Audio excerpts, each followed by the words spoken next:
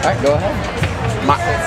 Zachary Thayer, a BBA in management, which is a business degree, and a BA in political science are my majors, and minors in international business and general business. So one of the stereotypes of millennials is that they're really dependent on technology.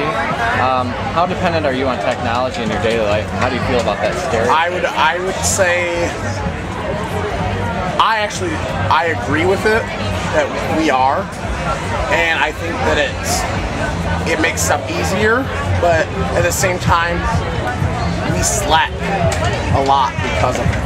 I'd say for myself, yes, I like the computer and the internet and the printers and stuff like that. Yeah, we are dependent on it. But when you talk stuff like calculators, you get people that can't add and subtract that are freshmen, sophomores in college and still can't do their times tables and division tables without getting out their cell phone or their TI-83. What do you expect from the university as far as integration of technology? I like the idea that it's there, but I'm going to say this, and I have a really big pet peeve. I wish more and more teachers were turned off. Outside of note-taking, like day of tests, it shut off. I've seen students who took pictures with their cell phones and are using their cell phones supposedly as calculators, yet there's the equation or the problems or the answers or their notes on their cell phone. I'm a fan of the school being Wi-Fi, but I'm not a fan of teachers not being up to par with us. That's one of the things that when you see a lack in the education, both county, state, and federally, it's something that I see as a really big issue when we compare our economy compared to the world. So what type of learning environments do you find more beneficial as far as Me, to be 100% honest with you, when I do what I call my easy work, I tend to sit behind a computer or the library kind of person. If I'm studying, like say midterms, finals, I have to have absolute quiet places that I relax. So you'll see me by the pool, somewhere where I can hear the breeze, the bird chirping. I call it natural harmony. It allows me to focus more. I think that technology, when we look at the natural aspect of it and we look at today's dependency semi on it, I'm going to say it's pretty big. As far as class sizes as well, what type of class? See, I'm a fan of the teacher being if you wanted to, let's say, go to Harvard and work online, or if you want to take classes online for school. I'm not a fan of being able to be online in instant messenger, or you not properly teaching me how to use this computer to submit my work. I'm not a fan of that. I'm not a fan of also you turn around and say, okay, you can only submit, you can't walk in and turn it to me, or you can't write. I mean, we spend 2nd grade to 5th grade learning cursive, and outside my name, I never use cursive again. That's a good point. Do you it takes 3 to 5 years for most county, city, and state budgets for school to get a computer in the classroom. Yeah, you can see 14 and 13-year-olds that can be hackers and write computer programs, yet somebody that's their parent has no clue what they're talking about.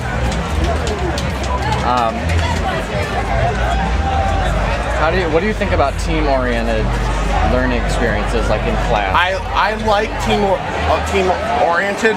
Problems is when you talk about dependency of social networking and media and what you call popularity, that's you got to choose wisely, because you get people like myself who would rather work alone than with a team, because you're shoot from the hip kind of person and you get the stuff done days and weeks at times in advance, and you meet people that lack usually because they're more worried about who messaged me on Facebook, what party this is, who's texting me.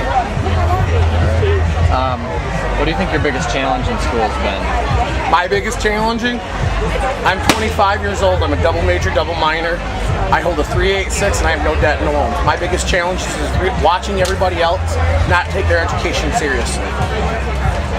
When mom and dad pay most of their school, and I have a friend, same age as I am, $55,000 in debt, spends $200 a week at the bar,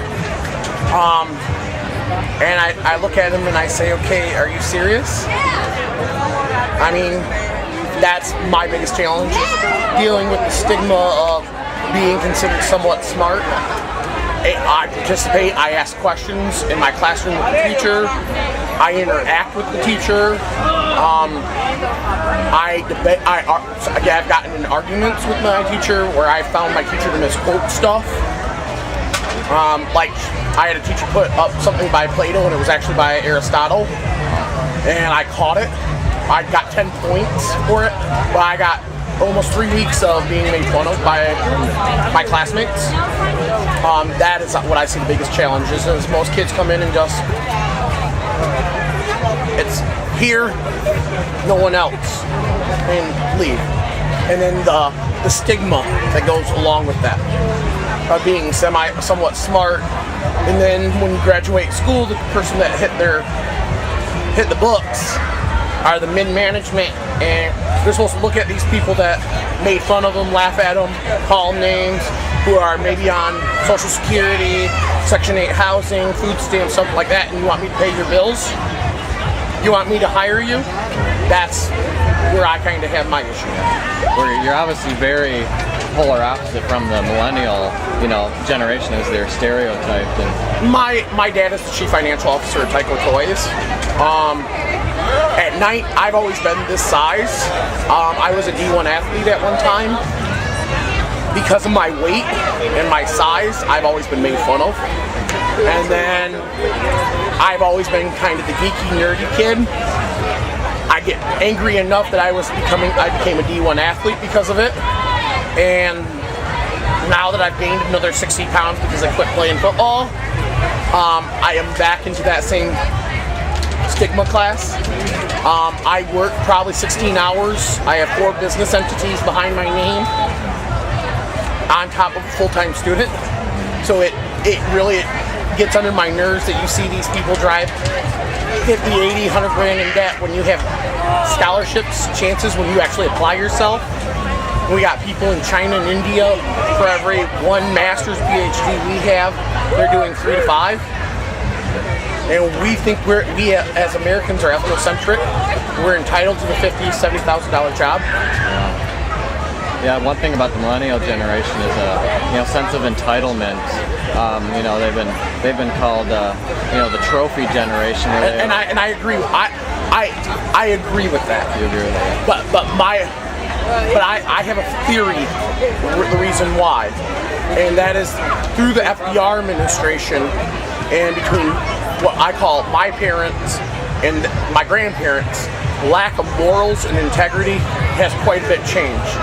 I have people in my own class that are happy with Section 8 housing, food stamps, 6, 7 kids by 4 different people because mom and dad will bail them out. We don't know, we forget what it's like, we're reliant on it. Yeah. And then when people actually call them out on it, they don't want to, they're afraid to admit it. Yeah. I mean, I got an argument with the BP spill about gas. Everybody was bitching and complaining. I'll say, okay, we make up 31% of the consumption of petroleum. Walk then. You know how many friends I lost because of that? Yeah. You say I'm all for you saying that we're going to do this way.